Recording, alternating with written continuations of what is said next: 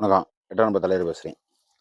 நம்ம கணிச்சது போலயே, ரஜினிகாந்த் மனைவி நேத்து ஒரு மக்கள் மேடைங்கிற அவங்களுடைய அறக்கட்டளை சார்பா, அவங்களுடைய அமைப்பு சார்பா, எல்லாரும் கூப்பிட்டு செய்தியாளர கூப்பிட்டு ஓப்பனா பேசி, நாங்க வைகை, குண்டாறு, ஆ இந்த ஆறு, அந்த ஆறு எல்லாத்தையும் இணைக்கிறதுக்கு உண்டான வேலைய பார்த்துக்கிட்டு இருக்கோம். சுத்தப்படுத்துறதுக்கு உண்டான வேலைய பார்த்துக்கிட்டு இருக்கோம். விவசாயிகளுடைய வாழ்க்கை மேம்படணும். விவசாயிகள் வாழ்க்கை ரொம்ப கீழான நிலையில இருக்கு. அதனால இந்த அமைப்பு நாங்க பாடுகிறோம். ஒன்றிய, தாலுகா, மாவட்ட வாரியா பொறுப்பாளர் போட்டு இத நாங்க செயல்படுத்த போறோம் அப்படின்னு கேட்டாங்க. அப்புறம் அந்த காவிரி இணைக்கிறத பத்தி இவரு ரஜினிகாந்த் சொன்னாரே 1,00,00,000ன்னு. அது என்ன குடுக்கலையா, வைக்கலையா அப்படின்னு சொல்லும்போது, "இல்ல அதையும் குடுத்துருவோம். அவரு அந்த திட்டம் நடக்கும்போது அதையும் நான் குடுத்துருவோம். 1,00,00,000 அதுக்கு மேலேயோ குடுப்பாரு அவரு." அப்படின்ற மாரி அவங்க சொல்லிட்டாங்க. ஆக மொத்தத்துல ரஜினிகாந்த் மட்டும் வாய் தொறக்க மாட்டேங்கிறாரு. ஆக அவங்க மருமகன்ல இருந்து, லதா ரஜினிகாந்த்ல இருந்து எல்லாரும் சுத்தி சுத்தி வந்துகிட்டு இருக்காங்க. ஆனா ரஜினிகாந்த் வீட்ல அரசியல் சார்பான வேலைகள் துரிதமா நடக்கிறதாத்தான் நமக்கு செய்தி வருது. ஆனா இந்த பத்திரிக்கைக்காரன், இந்த டிவிக்காரன் இது சம்பந்தமான விஷயத்த ஆய்வு பண்ணி போடல, அலசி போடல. அவ்வளவு தொலைக்கு ரகசியமா நடத்துறாங்களா? என்னங்கிறது நமக்கு தெரியல. ஆனா நம்ம கிடைச்சிருக்க தகவல் அடிப்படையில ரஜினிகாந்த் அரசியல்ல இறங்குறதுக்கு உண்டான அனைத்து ஆயத்த பணிகளும் வீட்ல வேலை நடந்துகிட்டு இருக்கு. அப்படிங்கிறத நம்ம உறுதியாக அப்பவும் சொன்னோம், இப்பவும் சொல்றோம். இப்ப இப்ப இத பேச வர்றதுக்கு என்ன காரணம் இருக்கு அப்டின்னா, ரஜினிகாந்துக்கு இப்ப ஏற்கனவே அரசியல் ஆசை ஆரம்பத்திலேயே வந்துருச்சு. அதாவது அந்த எலக்ஷன்ல விஜய் லீடிங்கி அப்படின்னு சொல்லும்போது அரசியல் ஆசை அவருக்கு வந்துருச்சு. உடனே குதிச்சிட வேண்டியது அரசியல்ல. அப்படிங்கிற மாரி அவர் இருந்தார். இப்ப ஏற்கனவே தமிழ்நாட்டுல ராஜினாமா பண்ணி ஏற்கனவே இருக்கக்கூடிய தொகுதிகள்ல 2 தொகுதியில இடைத்தேர்தல் நடத்தணும். ஆனா தேர்தல் கமிஷன் நடத்த மாட்டேங்கிறான். என்ன காரணம்? கோர்ட்டுக்கு போயிட்டாங்க. குதிரை குதிரை பேரம், அந்த பேரம், இந்த பேரம், ஒரு எம்எல்ஏ விலை குடுத்து வாங்குறது தான் விஜய்க்கு வேலை. இப்படி போயிருச்சு, அப்படி போயிருச்சு அப்படின்ற மாரி ஏகமா ஒரு குற்றச்சாட்டு மறுபடியும் தேர்தல் கமிஷன் பார்த்தேன். இது எதுக்குடா நமக்கு தொல்ல? கோர்ட்ல வேற கேஸ் நடக்குது. இவன் அவன காசு குடுத்து வாங்கினோம்ங்கிறான். அவன காசு குடுத்து வாங்கினோம்ங்கிறான். மாறி மாறி ஒருத்தருக்கு சண்டை போட்டு கிடக்காய்ங்க. நமக்கு இப்போதைக்கு தேர்தலே நடத்த வேணாம். இப்ப தேர்தல் நடத்தணும்னா, அது நல்ல பழக்கமாவும் இருக்காது. அது இன்னும் கூடுதலா விலை குடுத்து வாங்குறதுக்கு காரணமாவும் ஆயிரும். அதனால இப்போதைக்கு தேர்தல் இல்ல அப்படின்னு கை வச்சுட்டாங்க. இடைத்தேர்தல் அங்கங்க நடக்க போகுது. ஆனா தமிழ்நாடுல தேர்தல் இல்ல அப்படிங்கிற மாரி ஒரு முடிவுக்கு ஒரு முற்றுப்புள்ளிக்கு வச்சுட்டாங்க. இப்ப விஜய்க்கு 10 சீட்டு வரைக்கும் இப்ப குறைவா இருக்கு. ஆட்சியில 10 சீட்டு வரை குறைவா இருக்கு. 10 சீட்டுக்கு வேற ஆள போட்டு காங்கிரஸ் அவங்க இவங்கள போட்டு தான் ஆட்சி வச்சு நடத்திக்கிட்டு இருக்காரு. இது நமக்கு தெரிஞ்ச விஷயம் தான். இப்போதைக்கு தேர்தல் வராட்ட இவங்க ஒன்னொன்னா சொல்லிக்கிட்டு இருப்பாங்க. கூட்டணி கட்சி ஒன்னொன்னா சொல்லுவாங்க, இல்ல சொல்ல மாட்டாங்க, இல்ல வெளிய பேசுவாங்க, இல்ல உள்ள ஆதரவும்பாங்க. அது ஒரு பக்கம் இருந்தாலுமே, ரஜினிகாந்த் களத்துல வராத வரைக்கும் விஜய்க்கு ஆட்சிக்கு எந்த ஆபத்துமே கிடையாது. நல்லா பாத்துங்க. ரஜினிகாந்த் அரசியல்ல நான் வர்றேன். நான் கூட்டம் போட போறேன். நான் மாநாடு போட போறேன். நான் பேரணி வைக்க போறேன். என்னுடைய கொள்கை இது. என்னுடைய திட்டம் இது. அப்படின்னு சொல்லாத வரைக்கும், இந்த ஆட்சிக்கு எந்த விதமான எந்த விதம் கவுர்றதுக்கு உண்டான வாய்ப்புங்கிறதே கிடையாது. ஏன்னா, அவங்க பல பேர வேலை பார்த்துக்கிட்டு இருந்தாலுமே, அந்த அளவுக்கு இவங்களால உடனே தூக்கி புரட்டி போடுற அளவுக்கு முடியாது. ஆனா, ரஜினிகாந்த் நான் அரசியல்ல வர்றேன். அவர் மருமகன், அவரு எல்லாரும் வந்துட்டு அறிக்கை விட்டாங்கன்னா, இங்க விஜயினுடைய கோட்ட கடகடத்தும். விஜயினுடைய கோட்ட கடகடத்தணும்ப்பா. நீங்க என்ன வேணாலும் செய்யுங்க. எப்படி நிர்வாகம் பண்ணாலும் பார்த்துட்டு போங்க. வீடு வீடுக்கு தங்கம் கூட குடுங்க. வீடு வீடுக்கு வெள்ளி குடுங்க. வீடு வீடுக்கு ஒருத்தருக்கு 4, 5 ஏக்கர் கூட குடுங்க. அது வேற விஷயம். சுத்தமான ஊழல் இல்லாத ஆட்சிய கூட குடுங்க. அதெல்லாம் வேற. நிர்வாகம் ஆட்சி நடத்துறதுக்கு, ஆட்சி மாறுறதுக்கு, நல்ல நிர்வாகத்துக்கு இதுக்கு சம்மந்தமே கிடையாது. ஏன்னா 98ல 2004ல 98, 99ல வாஜ்பாய் தான் ஆட்சிக்கு வந்தாரு. 2004ல வாஜ்பாய் பயங்கரமான ஆட்சி செஞ்சாரு. 2004ல 99லேருந்து 2004 வரைக்கும் தான் இருக்கக்கூடிய சாலைகள பூராமே இந்தியாவுல இருக்கக்கூடிய சாலை பூரா 4 வழிச்சாலையா மாத்துனாரு வாஜ்பாய். எல்லா திட்டமே ஊழலே கிடையாது. இந்திய சர்க்கார்ல இப்படி ஒரு அரசாட்சியே கிடையாதுன்னு வெளிநாட்டு பத்திரிகை கூட பாராட்டியதுங்க. என்னையா அது?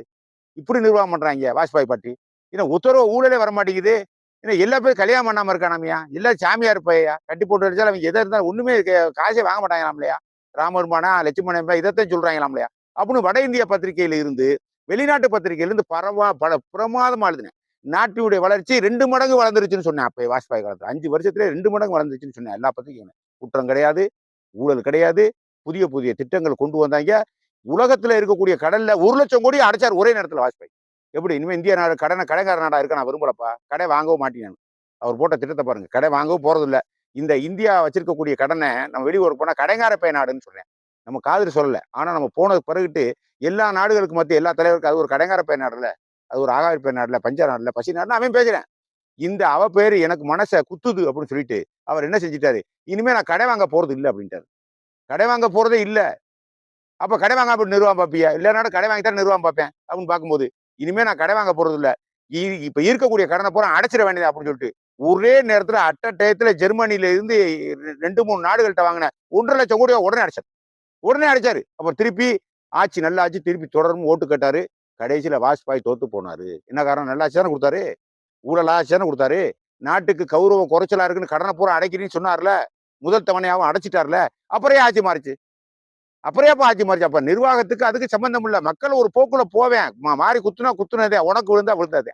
இதுதான் முறை. இப்படித்தான் நடந்துகிட்டு இருக்கு. அது மாரி நீங்க நல்லா நிர்வாகம் நடத்துறீங்க, ஊழல் இல்லாம நிர்வாகம் நடத்துறீங்க அப்படிங்கிறது முக்கியம் இல்ல. ரஜினிகாந்த் வந்து இறங்கிட்டாப்புன்னா உங்க கோட்டை கட கடத்துரும். அப்ப உங்க கோட்டை கடக்கடும் போது, இங்க போனவன் பூரா நீ போகணும்னு நினைக்கிறேன் பூரா போமாட்டேன். அங்க போனவன் பூரா திருப்பி ஓடியாந்துருவேன். திருப்பி ஓடியாந்துருவேன். இப்ப இடைத்தேர்தல்ல நீங்க ஜெயிக்க முடியும்னு உறுதி சொல்ல முடியாது. இடைத்தேர்தல்ல நீங்க உறுதியா ஜெயிப்பீங்க அப்படிலாம் சொல்ல முடியாது. ஏன்னா, பட்ஜெட்ல ஒண்ணுமே கிடையாது. பட்ஜெட்ல ஒண்ணுமே கிடையாது. எந்த விஷயமே கிடையாது. அதுங்கிறிய, இதுங்கிறிய பழைய கதை மாரி தான் இன்னமும் ஓடிக்கிட்டே இருக்க ஒழிய, புது கதை எதுவுமே கிடையாது. நான் ஏற்கனவே சொல்லியிருக்கேன். போன வீடியோலயே ஏற்கனவே சொல்லியிருக்கேன். சட்ட ஒழுங்கு பிரச்சனை தமிழ்நாட்டுல படு மோசமா இருக்கு. போலீஸாரே கிடையாது. இந்த போலீஸாரே கிடையாது. 30 கிராமத்துக்கு 25 போலீஸ் இருக்கான். நடக்குமா?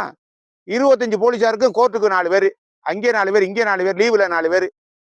பாராவுக்கு 4 பேரு, டியூட்டில இல்ல. அவங்க அப்படி இப்படி போய்க்கிட்டு இருக்காங்க. 4 பேர். ஆக போலீஸ் ஸ்டேஷன்ல இருக்கு 4 போலீஸ். இருக்கக்கூடிய ஜனத்தொகை 60,000 பேர். இவன் வெட்டி, குத்தி, கொலை பண்ணி, வண்டியில ஏத்தி, அவன் ஓடி போய் பஸ்ல ஏறி எல்லாம் முடிச்சதுக்கு அப்புறம் தான் போலீஸ் வர்றாங்க அந்த இடத்துக்கு. அப்ப என்ன காரணம்? போன் பண்ணலாம். போலீஸ் பற்றாக்குறையா இருக்கு. அப்ப சட்டம் ஒழுங்கு பயப்பட மாட்டேன்.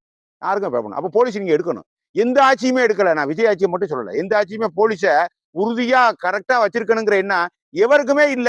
ஜெயலலிதாவுக்கும் கிடையாது, எடப்பாடிக்கும் கிடையாது, இப்ப இருக்க விஜய்க்கும் கிடையாது. எதுக்கு அதே ஏன் ஃபாலோ பண்றீங்க?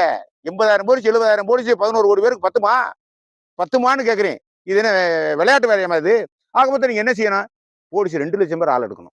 2 லட்சம் பேர் எடுக்கணுமே. ஒவ்வொரு கிராமம் இருந்தா, ஒரு ஸ்டேஷனுக்கு 20 கிராமம் இருந்தா, யதார்த்தமாவே 20 கிராமத்திலேயே 5 போலீஸ் எப்பவுமே இருக்கணும். அப்ப ரவுண்ட்ல தெரியணும். அப்ப போலீஸ் ஸ்டேஷன்ல 10, 20 போலீஸ் இருந்துகிட்டே இருக்கணும். ஆக 2 லட்சம் போலீஸ் எடுத்தாத்தேன் இப்ப இருக்கிறது 80,000 போலீஸ். இன்னும் 2 லட்சம் பேர் வேலைக்கு எடுத்துட்டீங்கன்னா 3 லட்சம் போலீஸ் ஆயிருச்சு. 3 லட்சம் போலீஸ் ஒன்றும் பெருசு இல்லையே. ஒன்றும் பெருசு இல்லையே. நாட்டுக்கு பணம் இங்க ஓன் பண்ணிக்கிறீங்க. இந்த 1000 ரூபாய் கொடுக்குற பணத்தை நிப்பாட்டுங்க. இந்த 1000 ரூபாய் வீட்டுக்கு 1000 ரூபாய் கொடுக்குறீங்களா நிப்பாட்டுங்க. இந்த 1000 ரூபாய் என்ன பண்றது? உயிருக்கு பயந்து, உயிருக்கு பாதுகாப்பு இல்லாம தாலி ஏக்குறேன், பாசி ஏக்குறேன், குடிச்சுட்டு வந்து அடிக்கிறேன், வந்து வெட்டுறேன், குத்துறேன், சட்ட ஒழுங்கு பிரச்சனை போச்சுன்னா இந்த 1000 ரூபாய் எதுக்கு? இந்த 1000 நிப்பாட்டுங்க. 14,000 கோடி தானே. இது வரைக்கும் நீங்க ஒதுக்குனதே 6,000 கோடி, 7,000 கோடி தான் காவல்துறை பட்ஜெட்டுக்கே வருது. 14,000 2 லட்சம் போலீஸ் எடுத்துட்டீங்கன்னா கூடுதலா 14,000 கோடி வரப்போகுது. ஆக மொத்தம் 14 கோடி. எங்கே பார்த்தாலும் போலீஸ். ஒவ்வொரு சிட்டு கிராமத்துல 5 போலீஸ் எப்பவுமே இருப்பேன். 24 மணி டியூட்டி. ஒரு முக்கு ஒரு ஊர்ல 15 இடத்துல சங்ஷன் இருக்கா, 15 இடத்துல 5 போலீஸ் நிப்பேன். எங்க கீச்சுனா அடிதான், மிதிதான், சுட்டே விடுவாங்க. அப்படிங்கிற பயத்தை முதல்ல உருவாக்கணும். நீங்க பயத்தை உருவாக்கணும். இந்த பயம் இல்லாம போலீஸ் பற்றாக்குறை வச்சுக்கிட்டு, இது வச்சுக்கிட்டு, அது வச்சுக்கிட்டு, போலீஸ் எடுக்கிறது இல்ல, படிச்ச முறை சும்மா இருக்கிறேன், படிச்ச முறை சர்வகாலி பேலாயிரம், அப்ப கஞ்சா வைப்பேன், குடிப்பேன், வேலையெல்லாம் என்ன பண்ணுவேன்? கிராம வேலைக்கு போவேன். எப்படி ஏமாத்தி சம்பாதிக்கிறது வாழ்வேன். அவனுக்கு வேலை முடியுமா? 30 வயசு வரைக்கும் படிக்க விட்டுட்டு 31 வயசுக்கு நீ கூலி வேலைக்கு போனா போவானா? போக மாட்டேன். அப்ப நாட்டுல இவ்வளவு தூரம் பிரச்சனை நிறைய இருக்கப்பா. நீங்க அதனால ரஜினிகாந்த் உள்ள வர்றது வரைக்கும் உங்களுக்கு எந்த பிரச்சனையுமே கிடையாது. உள்ள வந்துட்டாப்புலனா விஜய் கோட்டை கடகடத்தணும்.